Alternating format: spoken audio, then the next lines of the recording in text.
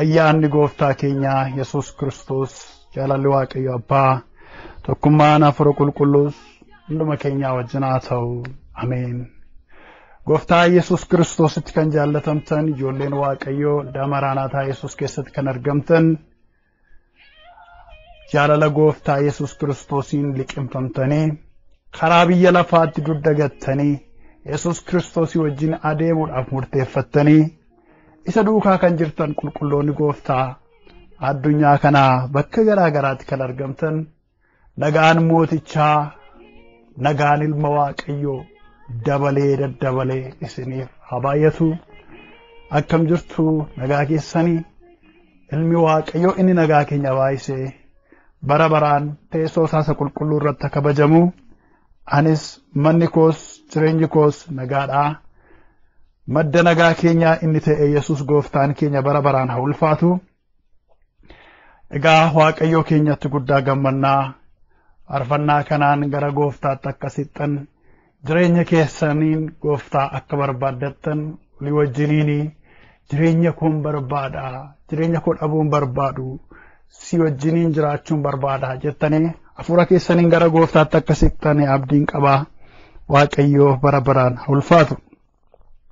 Egaa ani obboleessa keessanii Baabirraati sagalee Waaqayyoo isiniif qooduudhaaf dhufe guyyaarraa kana sagalee Waaqayyoodhaa bifa barumsaatiin walii wajjiniin ilaalaa as keenya jirra. Irratti fufnee dubbii Waaqayyoodhaa walii wajjiniin barannaa. Garuu hafuurri Waaqayyoo warra isarraa barachuuf fedhii godhatanitti warra ayyamamoo ta'anitti dubbii isaa dubbii jireenyaa dubbata waan ta'eef akka hafuurri Waaqayyoo nu leenjisuuf akka inni nu barsiisuuf gooftaa qulqulluu ta'e walii wajjiniin kadhannee gara barumsa keenyaa guyyaarraa kutaa 5ffaa Waaqayyoon sodaachuu jedhuutti dabarra. Waaqa bara baraan guddaa taate mootii keenya guddinnes galateeffannaa gaarummaan kee nurratti daarii dhabeera. Tolli kee araarri kee nurratti baay'ateera. Yeroo akkasii kana nagaa akkasii kana boqonnaa akkasii kana waan nu laatteef maqaa Yesuus Kiristoos nama Naazreetiin galanni ulfinni kabajamuun teessoo kee isa ol aanaa irratti siif haa ta'u. Eeyyee hunduma keenyarra oolmaa kee isa dinqisiisaatu jira. Tola kee isa lakkaa'amnetu jira. Nuyi gaarummaa keetiin badhaadhuurraan kan kee gammachuudhaan sooromnee jirra. Kanaaf maqaa kee isa dinqisiisaadhaaf, tola kee arjummaa kee isa dinqisiisaadhaaf galata dhiyeessinaa bara baraan ulfaadhu ol jedhi. Diiyaabiloos seexanni diina majaajiin keenya foonni biyyi lafaa karaa kee isa qulqulluu irraatiin hugatuudhaaf nagaa keenya, fura keenya, foon keenya, lubbuu keenya dhiphisuudhaaf nurratti ramadamanii yoo hojjetan illee irreen keenni jabaan inni lolatti beekamaa ta'e garuu jireenya nuuf taasiseera. Qooda silaa baduudhaaf cabuudhaaf eegamne nu warra jiraatan taaneerra. Kanaaf siif galata qabannee fuula kee dura jirra. Tokko keenya irraati galanni, ulfinni, kabajni siisa jiraata Waaqayyoo keenyaaf haa ta'u. Baasnee fixuu hin dandeenyu, oolmaan kee baay'eedha. Dubbannee waliin ga'uu hin dandeenyu, tolli kee baay'eedha. Waaqayyo hamma dandeenyu, hamma humna keenyaa garuu si galateeffannaa. Galanni, ulfinni, kabajamuun bara baraan si duwwaadhaaf haa ta'u. Harki keenni guddaan, ayyaanni keenni dinqisiisaan wajjiniin ta'ee hojii gurguddaa hojjeteera. Bara baraan teessoo keessa gaarii irratti nuuf ulfaadhu abbaa keenya. Ammas yaa Waaqayyo nu fuula kee dura kan jirru sirraa barachuudhaaf kan dhiyaanne dhaloota dadhabaadha. Cubbuu firina garaa garaa qabna. Araara gochuu kan danda'u immoo, cubbuutti qulleessuu kan danda'u immoo siisa qulqulluu ilma Waaqayyoo hoolaa Faasikaa keenya sanuuf jettee qalamteedha. Dhiiga ilma kee Yesuus Kiristoosiin yaa Abbaa raawwattee cubbuu hunduma keenyaa nurraa kaasi. Garaan keenya, yaadni keenya, qalbiin keenya, iji keenya, arrabni keenya, guutummaan namummaa keenya dhiiga Yesuus Kiristoos sanuuf jedhee dhangala'eetiin raawwatee kan qullaa'e haa ta'u. Waaqayyo si kadhannaa Waaqa banamaa nuuf kenni. Sagalee kee nutti dubbadhu, yaada kee nu barsiisi. Dhugumaan dhaloota si sodaachaa jiraatu nu godhi. Si sodaatanii siif jiraachuu keessa immoo eebba jiru nu nyaachisi. Sagalee kee dhaga'uudhaaf qalbii keenya bani.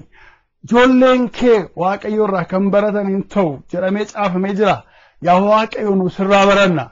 Namarraa barannee itti cabneerra. Namarraa barannee itti madoofneerra. Namarraa barannee ittiin dogoggorreerra. Yoo sirraa baranne garuu hundi keenya milkoofna. Maqaa Gooftaa Yesuusiin inni nagaa nama baay'isu nu barsiisi. Seexanaaf ergamoota isaa maccaa hafuuraa hammeenyaa hundumaa mootummaa Waaqayyo wajjin kan waliin galle mootummaa dukkanaa hundumaa maqaa Yesuusiin hin rukunnaa kan rukutame haa ta'u. Maqaa Yesuusiin kan rukutame haa ta'u. Nagaa keenyarraa, keessa keenyarraa, laphee keenyarraa, mul'ata keenyarraa, xinnaatti guddaatti kan fayyadamu, namatti bineensatti kan fayyadamu, haala qilleensaatti haala yerootti kan fayyadamu, maqaa Yesuusiin kan cabe haa ta'u. Hojiin hojjetamu kun qoosaa kan itti fakkaatu, kan namatti fakkeessu. Hojiin hojjetamu kun akka waan bu'aan buusneetti laphee namaa keessatti kan uumu, hojii kisaaraa godhee jireenya namaa keessatti kan lallabu, maqaa Yesuusiin jawwichi kan waraaname haa ta'u. Yaa Waaqayyo, ati gaarummaa keessa guddaadhaan, mo'icha keessa dinqisiisaadhaan nu wajjiniin ta'e, hafuura kee qulqulluudhaan nu barsiisi, nu leenjisi. Karaa waan gooteef ulfaadhu maqaa Gooftaa maqaa Yesuusiin. Ameen. Galanni Waaqayyoo keenyaaf haa ta'u. Egaa kutaawwan darban keessatti mata duree dubbii Waaqayyoodhaa Waaqayyoon sodaachuu jedhu kutaa tokko hanga afurii keessatti ilaalleerra. Guyyaa jalqabaa irratti Waaqayyoon sodaachuun maal akka ta'e ilaalleerra. Itti fufnee akkamittiin Waaqayyoon sodaatu kan jedhu qabxii adda addaa kaasnee ilaalleerra. Kutaa arfaffaa keessatti immoo Waaqayyoon sodaachuumti kun iyyuu maaliidha inni? Macaafni qulqulluun akkamittiin ibsaa kan jedhu walii wajjin baranneerra. Jalqaba ogummaa ta'uu isaa, yaada qullaa ta'uu isaa, abdii namootaa ta'uu isaa, qabeenya ta'uu isaa, ulfina ta'uu isaa walii wajjiniin ilaalleerra. Maalummaa isaa ilaalle jechuudha. Arra kutaa shanaffaa keessatti kan walii wajjiniin ilaallu mata duree xiqqaan Waaqayyoon sodaachuu jedhu jalatti ilaaluu jalqabnu immoo yoo Waaqayyoon sodaatan maaltu ta'a? maaltu namaaf kennama maal argatu waaqayyoon sodaachuun kun calluma jedhanii sodaachuu oollachuu roommuudha moo dudduuba bu'aa wayii qaba wanta dudduubatti abdii argatantu jira moo calluma jedhanii wanta yoo natti dhufe na ajjeesa yoo natti dhufe na balleessa yoo natti dhufe jireenya koo iddoodhaa dhabamsiisa jechaa bibirrachaa naa sodaachaa isa jiraatanidha.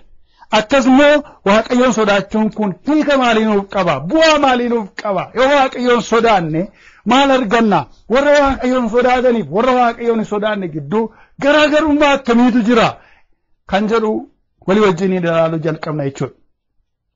Inni kun mata duree xiqqaa inni har'a kutaa shanaffaa keessatti ilaallu kun bal'ina waan qabuuf kutaa tokko guyyaa tokkoon yookiis waraabbii tokkoon kan xumurru miti jechuudha. Kanaaf akka fedha waaqayyootti itti fufnee kan walii wajjiniin xumuraa deemnuudha har'a walii wajjiniin ilaaluu jalqaba. Tokkoffaa irratti yeroo waaqayyoon sodaannu kan nu argannu akkasumaan utuu hin taane waaqayyoon sodaachuudhaan gaariitu namaaf godhama. Waaqayyoon yoo sodaatan gaariitu namaaf godhama. Yommuu waaqayyoon sodaatanii gaarummaatu keessaa ba'a jechuudha. Wanta gaariitu namaaf ta'a jechuudha. Kun wanta waliigalaati. Jecha waliigalaati. Garuu waaqayyoon sodaachuun callumadhanii fakkeenyaaf barsiisaa sodaatu yoo ta'e, hoogganaa tokko sodaatu yoo ta'e, warra meeshaa waraanaa baatan sodaatu yoo ta'e, yookiin immoo bineensa sodaatu yoo ta'e, hafuura hamaa sodaatu yoo ta'e, wanti sodaatan kun maal nama godha? Wanti sodaatan kun jireenya namaatti yoo dhufe hinuumiidha. Hinuu balleessa maleessa na sodaatte miti jedhee seexanni malaatti namaan baatu. Na sodaatte miti jedheessaati inni meeshaa waraanaa baatee nutti dhufaa jiru nunniisu maal godhate sodaa keenya sana galmaan geeraru. Dhukkubne nu sodaannu na sodaatte miti ati koo gaariidha waan na sodaatteef dhiiseera hin jiru. Nama balleessa maleessaati. Hafuurri hamaan akka kanaadha jechuudha. Warra sodaatan ittuu taphata. Jireenya isaanii balleessa irra deema. Dhala isaanii jalaa fixa. Qabeenya isaanii jalaa fixa. Ittuu joonjessa. Kanaaf wanti sodaan addunyaa kana dhaalee jiru hedduun isaa sodaan addunyaa kana mancaasee jiru hedduun isaa sodaatamuu isaatiif jecha gaariin namaa godhu hin jiru. Bu'aan namaa buusu hin jiru. Sodaatamuu isaatiif akkuma sodaatame namarratti dhiibbaa geggeesse namarratti hammeenya isaa raawwateetu anatu guddaadha ana sodaatamuu qaba isa jedhu mirkaneessifata malee waaqayyo garuu akkas miti. Gaarii waan ta'eef warra isa sodaataniif warra isa sodaachuurraa kan kee waan hamaarraa goraniif warra isa sodaachuurraa kan kee cubbuu lagataniif warra isa sodaachuurraa kan kee karaa inni barbaadurra adeemaniif isaaniif maal godha gaarii raawwata. Sagalee waaqayyoo keenyaa keessatti seera ba'uu boqonnaa tokko lakkoofsa 21 naa walii wajjiniin ilaalle sagalee waaqayyoo waa'ee jarreen kanaa kutaawwan darban kutaa ta'e tokko keessatti walii wajjin ilaalleerra dhageessanii yaadattu jedhee yaada. Rikardiin isaas simbira jira jedheen abdadha. Sagalee waaqayyoo kun akkasidha. Seera ba'uu tokko 21 irratti. Waaqayyo immoo deessiftoota sanaa fi gaarii godhe. Israa'eloonni namoonni Israa'elis baay'atanii guddaa in jabaatani. Warri deessiftuun waaqayyoon waan sodaataniif inni immoo mana isaan godhachiiseera. Galanni waaqayyoof haa ta'u. Namoonni kun namoota deessiftoota aadaadhaan namoota ogummaa nama deessisuu qabanidha. Seenaa isaanii kutaa biraa keessatti waan laallefsi yaadachisuuf malee aadaa godhee isinitti dubbachuuf miti. Mata duree kana jalatti ilaalle waan ta'eef. Namoonni kun qajeelfama wayii tokko mootii Gibxii irraa fudhatanii turan. Innis maalidha? Warri Israa'el kun nurratti baay'achaa jiru. Warri Israa'el kun nurratti lafa dhaalaa jiru. Sanyiin isaanii baay'achaa jira. Kanaaf qajeelfama wayii tokko baasuutu nurra jira kan jedhu baasan warri Israa'el warri Gibxiidha. Qajeelfamni isaan baasan kunis maal kan jedhudha? Ijoollota Israa'el akka isaan wal horanii namoonni Israa'el akka isaan hin baay'annee fi warri dhiiraa yeroo dhalatanii battaluma sana akka isaan deessiftaniin maal godha? Ajjeesaa jedhee qajeelfama kenne mootiin biyya Gibxiidha. Mootiin biyya Misraadha. Kanaaf warroonni ogummaa nama deessuu qaban suni qajeelfama isaanitti kenname kanaaf akkamittiin kana raawwanna? Akkamittiin namoota ijoollee fayyaa dhalatte ajjeesnee dhiira ajjeesnee dhalaa duwwaa dhiisna? Kun akkamittiin taaseedhu sammuu isaanii keessatti itti ulfaate. Kanaaf tooftaa wayii tokko uuman ajjeesuu dhiisan. Inuma deessisu garuu maal godhu warra dhiiraas warra dhalaas in wadiisu sila warri Gibxi kan isaan jedhan durboota isaanii hin fuuna durboota yeroo dhalatan hin ajjeesina hin fuuna kan keenya godhanna warroota dhiiraa garuu ajjeesaa kan jedhu ture qajeelfama isaanitti kennan warroonni ogeeyyiin sun garuu kana raawwanne maal godhan inuma dhiisan maaliif kana raawwattan jedhamanii mootiin isaan waamee isaan qorate ogummaa keessanittiin akkamittiin biyya kanaan fayyanne ogummaa qabdan kanaan akkamittiin biyya kanaaf oolmaa wayii hin oolle yeroo warri dhiiraa dhalatan ajjeesaan jenne maaliif kana raawwattan jedhanii jedhee mootiin biyyaa geggeessitoonni yeroo gaafatan deebii isaanii deebii haxxummaadhaan jala darban turan akka jedhan lakkii warri Ibirootaa akkoo dubartoonni jajjaboodha isaan of danda'anii warra da'aniidha akka namoota biyya keenyaa miti utuun isaan biran gahin isaan ol da'ani kanaaf nuun ajjeesuus deessisuus hin dandeenyeedhaan ogummaadhaan tooftaadhaan jala miliqan jechuudha Waaqayyo gocha isaanittiin dhiiga ijoollee dhangalaasuu dhiisan gocha isaanittiin dhiiga ilmaan Ibrootaa dhangalaasuu dhiisan kana taa'ee ilaalee Waaqayyo inni gaarii namaa gochuu beeku gaarii isaaniif godhe jarri kun hirrina tokko qabu turan manan qaban gaa'ilan qaban akkasumatti qilleensa irra turan garuu Waaqayyo maal isaaniif godhedha mana isaan godhachiiseera arra namoonni ogummaa qabaniin hojii hojjetaniin Waaqayyoon kabajan caalaattiyyuu maqaa argachuudhaaf warra geggeessitoota biratti jaallatamuudhaaf faayidaa argachuudhaaf jecha wanti isaan godhan nama balleessa yoo ta'e illee inuma raawwatu fakkeenyaaf yeroo baay'ee ogummaa fayyaa keessatti qoramsi guddaan namoonni ogeeyyiin fayyaa baay'een ittiin madaalamanii tajaajila jedhanii kan warri biyya lafaadhaa baasan ulfa baasuudha kana jechuun mucaa garaa keessatti ulfeeffamee jiru tokko akka hin dhalanneef addaan kutuu ajjeesuu jechuudha namoonni ogummaa fayyaatiin hojii akkasii raawwatan ni jiru yeroo baay'ee warri NGO yookiis gargaarsa biyya alaatii dhufan kuni tajaajila akkasii namni tokko amantii isaaf jedhee waan baqatuu fi birrii guddaa irratti dhangalaasu maallaqa guddaa irratti dhangalaasu yoo dhattee kana hojjechuudhaaf leenjii addaa fudhattee birrii guddaa argatta iddoo guddaa argatta qabeenya guddaa argatta jedhu kanaaf namni tokko leenjii isaa leenjii irraa kaaseetu faayidaa isaa jalqaba itti aansee immoo galee yookiin qoricha liqimsiisuun yookiin immoo meeshaadhaan mucaa fayyaa garaa keessatti kukkutee baasuudhaan leenjii dhufee abortion isa jedhamu yookiis ulfa baasuu hojjeta kanaaf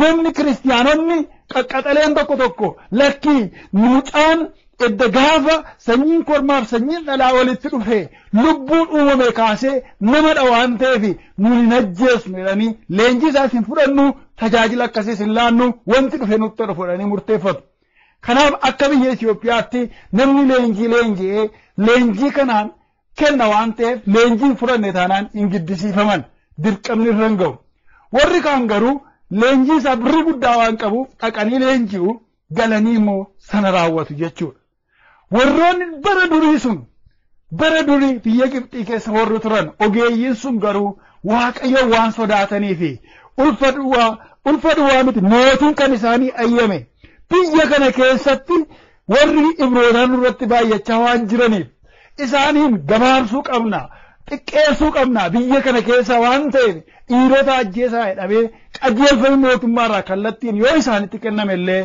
isaan garuu hin ajjeesne tooftaadhaan bira darban hi'ii jedhanii bira darban Waaqayyo immoo hojii isaanii kana laale isin ijoollee Gibxiiti jedhee dhimma isaaniitiin jenne Waaqayyo warruma Gibxii ogeeyyii sana maal godhe mana isaan godhachiise gaarii isaaniif godhe mana isaan godhachiise jechuudha galanni Waaqayyo isa guddaadhaaf haa ta'u kanaaf Waaqayyoon sodaachuun maal qaba gaarummaa qaba gaarummaa sana keessaa tokko gaa'iladha kan ijoollee warra Gibxii kun argatan manadha maatiidha duraan qilleensarra akkasumattiin deemanii hojii hojjetanii kan jiraatan amma garuu mana godhatan akka hiriyaa isaanii mana isaanii keessaa ba'anii galan mana isaanii ho'ifatanii jireenya mataa isaanii jiraachuu danda'an kun eebba yookiis gaarummaa Waaqayyoo warroota deessiftoota biyya Gibxii sanaaf godheedha jechuudha sababii isaan maal godhaniif sababii isaan waaqayyoon sodaataniif galanni waaqayyoof haa ta'u. Ijoollee waaqayyoo faayidaan gurguddaan tokko hin dhufa garuu wanta ulfina waaqayyootti bu'u wanta sodaa waaqayyoo keessa namaati balleessu waan waaqayyoo hin jaallanneef hin eeyyamne garuu immoo qabeenya guddaa faayidaa gurguddaa kan namaaf kennisiisuu danda'u dhufee karaa keenya irra dhaabbachuu danda'a. Filannoodhaaf dhiyaachuu dandeenya isa kamiin filatta waaqayyoon sodaachuu moo faayidaa guddaa kana jedhee karaa keenya irra dhufuu danda'a. Isa kamiin filanna laata yommuu waaqayyoon sodaachuu dhiiste akka barbaaddetti argatta akka barbaaddetti qabeenya gaarii argatta eebba gaarii argatta hin gammaddaa hin kolfitaa hin bashannantaa akka barbaaddetti biyya barbaadde deemtee jiraatta jedhee filannoo ta'ee dhufa. Yommuu waaqayyoon sodaatte immoo isan argattu iyyuu of harkaa dhabda kan jedhu filannoodhaan dhufuu danda'a.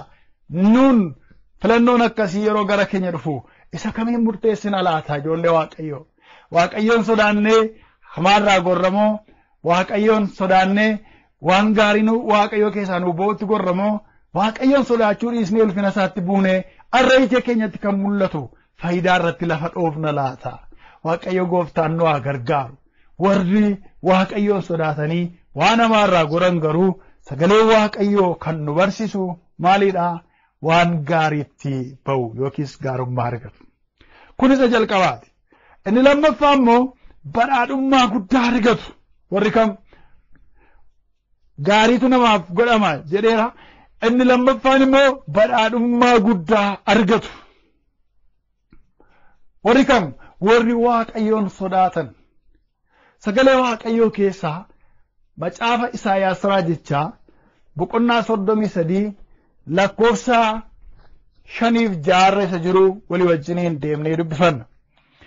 Sagaleen sun maal jedha laata? Isaayaas raajichaa boqonnaa 33 lakkoofsa 5-6 dubbifannaa. Warri macaafa qulqulluu keessan of harkaa qabdan dubbisuudhaan ana waliin ta'a. Sagalee waaqayyoo dubbisuun jireenya ifa waan ta'eef. Akkanadha dubbichi. Waaqayyoo ol jedhaadha. Iddoo ol jedhaa irras in jiraata. Inni qajeelummaadhaa fi amanamummaadhaan mandaraa Xiyooniin in guuta. Waaqayyoo bara keetti gabii fayyina guutuu ogummaa fi beekumsa siif in ta'a. Isa sodaachuunis badhaadhummaa guddaa kana hin argachiisa. Ameen. Irra deebi'ee lakkoofsa 6 dubbisa. Waaqayyo bara keetti gabii fayyina guutuu ogummaa fi beekumsa siif in ta'a. Isa sodaachuunis badhaadhummaa guddaa kana in argachiisa jedha. Maqaan waaqayyoo keenyaa bara baraan haa ulfaatu. Sagalee kana keessatti waaqayyootu karaa garbicha isaa Isaayyaasiin dubbata. Innis immoo waaqayyoon sodaachuun badhaadhummaa guddaa akka argachiisutu dhugaa ba'a. Maal badhaadhummaa guddaa akka argachiisu.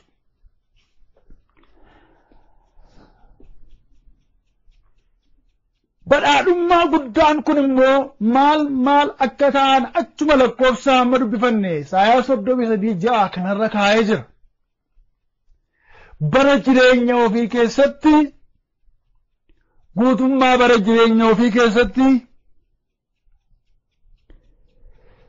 gabii yeroo jennu maal jechuudha? Nagaa, tasgabbii, goolii kan hin qabne, jeequmsa kan hin qabne, nagaan ba'anii garuu nagaan rafanii dammaquu boqonnaa kan of keessaa qabu tasgabba'aa jireenya ta'e jireenya akkasii jechuudha. Kanaaf maal jedha? Waaqayyo bara keetti gabii jedha. Tumee maal jedha? Fayyina guutuu jedha. Fayyina guutuu jedha. Itti fufee badhaadhummaa inni tarreessu kun maalidha? Badhaadhummaa guddaalee kan inni ibsaa. Nagaara yookiis gabii tasgabbaa'uu jeeqamaa kan hin qabne. Yeroo tokko namni birrii qabaatee nagaan qabu, tasgabbiin qabu, jireenyi isaa boqonnaan qabu. Utuma guyyaa tokkoon tasgabbaa'in hin boqotin yoo addunyaa kanarraa dingata yookiin dhukkubsate yookiin umurii isaa ga'e yookiin balaa wayiitiin darba. Namni gaafa bo'u maal ta'a gaaf tokkollee akka riyaa keetii hin boqonne aaran galfanne akkuma fiiddatti duutee darbitee jedhee bo'aaf namni yeroo baay'ee. Maallaqa isaa tokko fuudhee utuu hin deemin qabeenya isaa tokko utuu fudhatee hin deeminiin harka qullaa isaa tun tasgabbaa'ee hin deemu. Yeroo tokko konkolaataan balbala mana isaanii guutee fooqiin ijaaramee qabeenyi baankii guutee warra magaalaa sana keessatti abbootii qabeenyaa jedhamanii waamaman ta'anii utuu jiranii garuu nagaan mana isaanii keessa hin jiru. Tasgabbaa'uun hin jiru akka jeeqamanitti takka dhukkuba galee jeeqa takka isaanumatu walii isaanii wal rukutee wal jeeqa takka immoo qabeenya isaaniitu balleessaa kan biraa uumee mana murtii dhaabbatu yookiin karaa ijoollee isaanii rakkinni wayii uumama tasgabbii tokko malee isaati akka hafuura dheeraa baafatanitti akka fedhanitti yeroo isaan jiraatan argatu. Maalii dhagaa gabii tasgabbii hin qaban. Kanaaf badhaadhummaa guddaa gaafa jennu nuuni kallattiidhaan sammuun keenya fiigee kan inni yaadu maalidha? Waa'ee qabeenyaa guddaa, waa'ee birrii guddaa, waa'ee doolaarii baay'ee sammuu keenya keessa galuu danda'a. Garuu sagaleen Waaqayyoodhaa kan inni nu barsiisu badhaadhummaa guddaa jedhee kan inni kaa'e keessaa tokko gabiidha, tasgabbiidha, waan qaban irratti gammadanii warra jiraatan. Mana isaanii keessa wanti nuyi qabeenya keessan tarreessaa galmeessaa jettanii waan irratti qabeenya galmeessan tokko utuu itti laattaniiti waan barreessan hin qaban ta'uu danda'a namoonni kun. Galmeessi konkolaataa bakka irra darbu, mana bakka irra darbu, birrii baankii keessa jiru yeroo ta'u xinnoo tokko faa barreessu yookiin immoo irra darbu. Garuu nagaa kan qaban, kolfaa gammadaa warra deeman, namoota warra kaanitti nagaa labsaa warra adeeman ta'anitu argamu. Kanaaf tokko maalidha? Gabiidha. Inni kan biraan immoo maalidha? Fayyina guutuudha. Fayyini guutuun kun illee waa meeqa? Waan hedduu of keessaa qaba. Inni tokko fayyaama fiizikaalii qaama namaa irrattidha. Fayyaa guutuu qabaachuudha. Namoonni tokko galanni Waaqayyoof haa ta'u malee ani takka mana yaalaa dhaqee hin beeku yeroo jedhanii dhugaa ba'an yeroo dubbatan argina. Galanni isaaf haa ta'u. Kunoo baranaa xiqqoo namicheessite malee jedhanii yeroo dubbatan dhageessu. Kanaaf fayyaa guutuu yeroo jedhu qaamni namaa guutummaan fayyaa guutuudhaan ba'anii galuu dhukkuba garaagaraa dhukkubi namarratti fe'amee dhukkubi eelaa namatti ta'ee mallattoo ittiin beekaman yookiin garaachoo ta'e mallattoo garaachaatiin yoo inni dhukkuba jedhame abaluu garaacha kana dhukkube yoodhaan akka abaluu taate abaluus koo baay'ee rakkataan garaacha kanaan. Yoo mataa ta'e yeroo hundumaa mataa isaa himataan mataa ishee himatti yoo dudda isheen ikkoo dudda ishee dhukkubaa mallattoo itti waamaman maqaa itti waamaman ta'ee kan hin jiraanne jechuudha. Fayyaa guutuu yeroo jennu fayyina guutuu yeroo jennu fayyinni guutuun inni kan biraan immoo maalidha? Fayyina hafuuraa dabalata guutuu jedha waan ta'eef fayyina hafuuraa kan jennu immoo namoota Kiristoosiin qaban jechuudha. Qabeenyaan yookiis karaa kan biraatiin fayyaa guutuu ta'anii ba'anii galanii gammadanii kolfanii taphatanii ispoortii yoo ta'e tokkoffaa ba'anii garuu immoo Yesuus Kiristoosiin warri hin qabne maalidha? Fayyinni isaanii guutuu miti. Arra fayyaadha malee daqiiqaa murtaa'e booddee lubbuun foon isaanii gargar baate eessa akka isaan deemane beekamaadha jechuudha. Kanaaf fayyina guutuu inni jedhu kuni kana lamaan of keessaa qaba jechuudha. Ofumaa fayyaa ta'anii nagaa ta'anii gammadanii rafanii gammadanii ka'anii gammadanii hojjetatanii jiraachuun fayyina guutuudha. Kanaaf badhaadhummaa guddaa inni jedhu wanti lammaffaan as keessatti barreeffamee jiru immoo tasgabbiitti aansee fayyina guutuudha jechuudha. Inni taaneeru sadaffaan maal jedhee kan jiru ogummaa kan jedhudha. Ogummaa guutummaa bara isaa keessatti yookiis guutummaa bara ishee keessatti namni Waaqayyoon sodaatu badhaadhummaa guddaa inni argamu tokko immoo ogummaadha. Hamma namootatti gaaffii ta'utti namni hedduun barateellee sadarkaa barumsaa tarreesseellee ogummaa jireenyaa laayif iskiilii karaa ittiin hawaasummaa wajjin walii galee jiraatu kan hin beekne, karaa ittiin waajjira isaa keessatti hojii successful ta'u hojjetu ogeessa kan hin taane, karaa ittiin gaa'ela isaa keessatti ogummaadhaan jiraatu kan hin qabne. Wanti nu hojjetu ati ofuma maqaadhaan piroofeesara taate, ati ofuma maqaadhaan dookterii jedhamte, ati ofuma maqaadhaan maastersii tarreessite, ati simannaa isan baranne wayyaa namni jedhee kan isaan waamu jiraachuu danda'u. Jirus immoo arguus dandeenya yeroo baay'ee. Garuu warri Waaqayyoon sodaatan ogeeyyiidha. Warri Waaqayyoon sodaatanii hariiroon isaanii Waaqayyo wajjin waan ta'eef maddu ogummaa isaanii Waaqayyo irraa waan dhufuufi namoota warra kaanitti gaaffii amma ta'utti ogeeyyiidha. Hawaasa keessatti tu barate maaluma ta'a baluu jedha namni. Garuu inni barateera. Eewurraa Waaqayyo irraa. Waaqayyoon sodaachuu keessaa pirinsipilii jireenyaa, iskiilii jireenyaa barateera. Life iskiilii isaa addunyaan kun beekumsa guddaa jettee UNICEF maaliin definiishaniitti kennanii barsiisan macaafa qulqulluu keessa Waaqayyoon sodaachuudhaan leenji'eera. Kanaaf maal qaba jechuudha? Ogummaa qaba jechuudha. Kanaaf kunoo waggaa tokkoof jejamee waggaa kan biraa immoo kan jalaa badu kan keessaa ifatamu eessa ta'e kuna baluudhuma immoo nama biraadha kan hin argu kun kan namni jedhu tun taane guutummaa bara isaatti maalidha? Ogummaa. Ogummaadhaan kan deddeebi'u badhaadhummaa kana kan qabu jechuudha. Eenyu namni Waaqayyoon sodaatu kan argata jechuudha. Inni kan biraa dhamaan beekumsadha. Beekumsa siif in ta'a jedha. Beekumsa siif in ta'a. Ogummaadhaan wajjin wal fakkaata garuu beekumsiiniif ogummaan bakka itti garaagarummaa qaban qabu. Ogummaan gara wantoota ijaan mul'atan, wantoota nuti salphaatti arguu dandeenyu, wantoota raawwataman iskiilii yeroo ta'u, beekumsi immoo sammuudhaan yaadaan sababa irratti kan hundaa'edha. Akkaataa itti murtii kennan waan hojjetan keessatti murtoo dabarsan irratti beekumsa barbaachisa. Wantoota waliigaltee namoota wajjin qaban kominikeeshinii addunyaa wajjin qaban irratti beekumsa barbaachisa. Namoota kan biraa laayinii qabsiisuudhaaf, daandii qabsiisuudhaaf, toora qabsiisuudhaaf, guddisuudhaaf, karaatti agarsiisuudhaaf, barsiisuudhaaf beekumsa barbaachisa. Kanaaf abaluu beekaadha, abaluu beekumsa qaba gaafa jennu kana yoo beekumsa akkasii jireenya yookiin sammuu nama sanaa keessa jiraateedha. Namni beekumsa qabu akkamittiin akka ba'ee galu hin wallaalu, waan itti dhufe tokko keessatti karaa irra bahu hin wallaalu, ittiin dukkanaa'u, ittiin bitaachaa'u beekaadha yoo ta'e fallisa bira jira. Namni kan biraan iyyuu isarraa beekumsa argata, nooleejii jechuudha.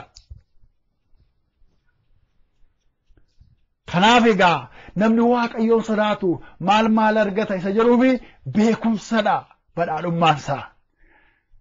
Maaliin irra deebi'een dubbadha arfanu tasgabbii, fayyina guutuu, ogummaa fi beekumsa siif hin ta'a. Waaqayyoon sodaachuun jedhagaa dhuma isaarratti. Isa sodaachuunis badhaadhummaa guddaa kana siif in raawwachiisa, in argamsiisa, in argachiisa. Waaqayyoon sodaachuun badhaadhummaa guddaa kana in argachiisa. Galanni Waaqayyoof haa ta'u. Dhuguma badhaadhummaa guddaan addana jira. Tasgabbii keessa jira. Badhaadhummaa guddaan eessa keessa jira? Badhaadhummaa guddaan fayyaa keessa jira. Namni gaafa fayyaa ta'uudha badhaadhummaa isaa kan argatu. Namoonni gurguddaan qabeenya gurguddaa qabanii qabeenyi isaan qaban miiliyoonii fi biiliyooniidhaan kan tarraa'u garuu hammuma nama tokkollee waan gaarii nyaachuu kan hin dandeenye. Yeroo namni tokko waan mi'aawaa nyaatu, keekii taa'ee nyaatu ilaalanii kan hawwan sababii maal ta'aniif? Sababii dhabaniif utuu hin taane sababii fayyaa hin qabneef. Yeroo hiriyaan isaanii muratee nyaatu, qalatee nyaatu ta'anii ijaan kan hawwan garuu ogeessi fayyaa kan isaan dhorke, kana godhachuu kan hin dandeenye, garaan isaanii taa'ee kan dheebotu. Garuu birriin isaanii hiyyeessa hedduudhaaf kan darbu, dhaabbata gurguddaa, kaampaanii gurguddaadhaaf kan darbee hojii hojjetu, isaan keessaanii garuu fayyaa waan hin taaneef qabeenya isaaniitti gammaduu kan hin dandeenye maqaadhaan kan beekaman addunyaa irratti seenaa isaanii kan beekamu namoota hedduutu jira. Garuu warroonni Waaqayyoon sodaatanii maal qabu? Badhaadhummaa guddaa isaan qaban keessaa tokko fayyaa guutuudha. Ijoollee Waaqayyoo fayyummaan badhaadhummaa guddaa akka ta'e yaaddanii beektu. Inni miilli keessan fayyaa ta'ee nagaadhaan deemtanii galtanii badhaadhummaa guddaa jedhee macaafni qulqulluun akka waamu beektu. Innis nagaadhaan raftanii galata kee Waaqayyo baga nagaan na oolchite ulfaadhu kana waan gooteef jettanii ciistanii ganama gaarii waan naa gooteef galata kee Waaqayyo nagaan immoo na oolchinni isin jettan kun badhaadhummaa guddaa jedhamee macaafa qulqulluudhaan akka waamamu beektu. Isinis immoo hin galaa kun jechuudha. Iji tokkittiin keenya fayyaa taatee nuyi baannee deemnu kun utuu maallaqaan hin binna ta'e utuu horiitti jijjiirree binna jenneeti wanti nu qabnu guutummaan gurguramee ija sana nu hin bitu.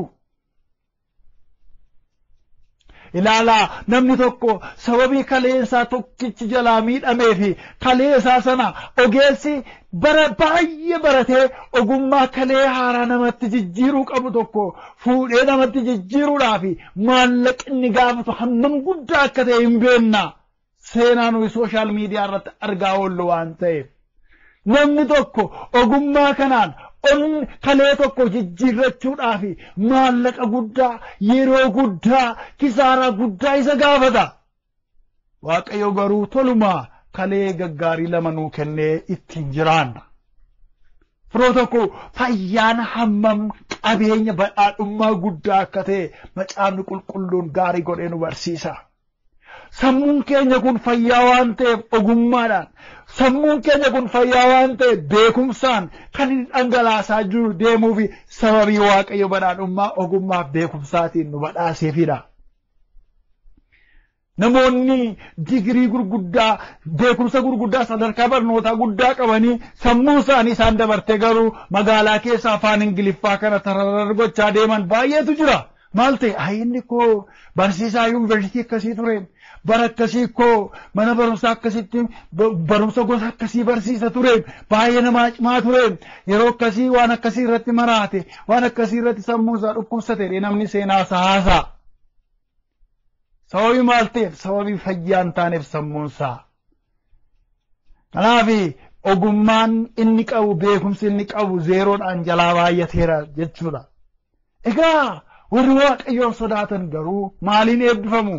Tasgabbiidhaan, fayyaa guutuudhaan, ogummaadhaan, beekumsaan warra eebbifamanidha jechuudha. Kun eessaa argama? Waaqayyoon sodaachuu keessaa. Iccitiinsaa kanadha firoota koo. Maaluma inni akkas ogeessa akkasii kun jechuu danda'a namni waa'ee keessan gaaffiitti ta'e. Maaluma barate akkuma ittiin guddate laata inni isheen akkuma ittiin guddatte maaloo maatiin akkamii keessatti guddate laata jedhee waa'ee keessa namni cannaqamuu danda'a yaaduu danda'a. Manoo barumsaa akkamii keessatti barattee laata isiniin jechuu danda'a namni. Iccitiinsaa garuu eessa jira? Laga eessaatii waraabama? Biyya eessaatii bitama? Waaqayyoon sodaachuu keessaa bitama. Tasgabbii nu qabnu, nagaa nu qabnu, fayyaa nu qabnu, ogummaa nu qabnu, beekumsi nu qabnu Waaqayyoon sodaachuu keessaatii kan horatamudha jechuudha. Maqaan Waaqayyoo keenyaa bara baraan kan kabajame haa ta'u. Egaa Waaqayyoon sodaachuun kana duwwaa miti kan inni argamsiisu wantoota baay'eetu jira. Dhimmoota baay'ee jira. Kutaawwan itti aanan keessattis itti fufnee ilaalla. Egaa ijoollee Waaqayyoo gaariin akka isiniif ta'u barbaaddu isin sagalee Waaqayyoo kana warri barachaa jirtan gaarummaan mana keessan keessa akka guutu hin feetu dheebuu akkasii gaaffii akkasii Waaqayyo biraatiin barbaaddu isin kunoo sagalee Waaqayyoo gaariin akka isiniif ta'uu fi maal godhaa ana sodaadhaa waan hamaarraa godhaa faayidaa argachuuf jettanii waan hamaadhaa wajjiniin waliin laaqinaa waliin bulbulinaa maal godhaa anaan na sodaadhaa. Gaafa sana gaariitu isiniif ta'a. Wanti isin barbaaddan isiniif guutaanuun jedha sagalee isaa isa jiraataadhaan. Ijoolleen Waaqayyoo badhaadhummaa guddaa argachuu barbaaddu. Badhaadhummaa guddaan kun immoo maal fa'i? Waan qabdan qabaattanis dhabdanis tasgabbii. Qabaattanis dhabdanis fayyina guutuu. Qabaattanis dhabdanis ogummaaf beekumsa guutuu. Sanaan deddeebi'uuf guutummaa bara keessanitti isayyuu. yeroo tokko duwwaa argamanii kan dhokatan sun taane guutummaa bara ofiitti badhaadhummaa kan argachuun barbaaddu Waaqayyoon sodaachuutu kana nama argachiisa. Galanni ulfinni Waaqayyoo keenyaaf haa ta'u. Sanutti dubbate hafuura Waaqayyootiif galanni haa ta'u. Gooftaa keenya walii wajjiniin galateeffannee kan guyyaa irraaf kutaa shanaffaa barumsa keenya mata duree Waaqayyoon sodaachuu jedhu walitti qabna jechuudha kan kutaa shanaffaa. Waaqa hundumaan walitti bara baraan guddaa taate mootii keenya si galateeffannaa. Sagalee kee isa jiraataaf jireenya of keessaa qabuun gara keenya dhuftee akka nu si sodaannuuf akka nu siif kabaja kennaa jiraannuuf waan nutti dubbatteef waan nu barsiifteef karaa waan nutti agarsiifteef gooftaa keenyaa fayyisaa keenya Yesuus Kiristoosiin galanni ulfinni kabaji daddabalee si duwwaaf maqaa keef haa ta'u. Waaqa hundumaan walitti bara baraan guddaa taate akkuma ati barbaaddu kanatti si sodaachuudhaan ulfina siif kennuudhaan si kabajuudhaan akka jiraannuuf nu gargaari. Achi keessaa immoo gaarummaa maddu sanaa yaa Waaqayyo badhaadhummaa isa guddaa macaafni qulqulluun himu sanaa argachuu akka dandeenyuuf nu gargaari. Kana waan gooteef bara baraan ulfaadhu. Dhaloota kana eebbisi. Warra ergaa kana karaa adda addaatiin dhagaan eebba keebba Waaqayyoo kanaan yaadadhu. Kana waan gooteef bara baraan ulfaadhu. Maqaa gooftaa keenya fayyisaa keenya Yesuus Kiristoosiitiin ameen. Waaqayyo guddaa godhee isin haa eebbisu. Sagalee Waaqayyoo isa barattan kana boloota keessan iddoo garaa garaa jiraataniif qooda ergaan kun ergaa Waaqayyoo dhaloota bira haa ga'uun isiniin jedha. Eebbifamaa akkuma kanaan dura gootanii akkasumas yuutuubii waldaa Maraanaataa Yesuus achirraatii sagaleen kun kaa'amaa waan jiruuf kutaa tokkollee yoo isin darbee jiraate duubatti deeftanii achirraa argachuu dandeessu. Miimooriin keessan tabalaasha'uu danda'a. Bilbilli keessan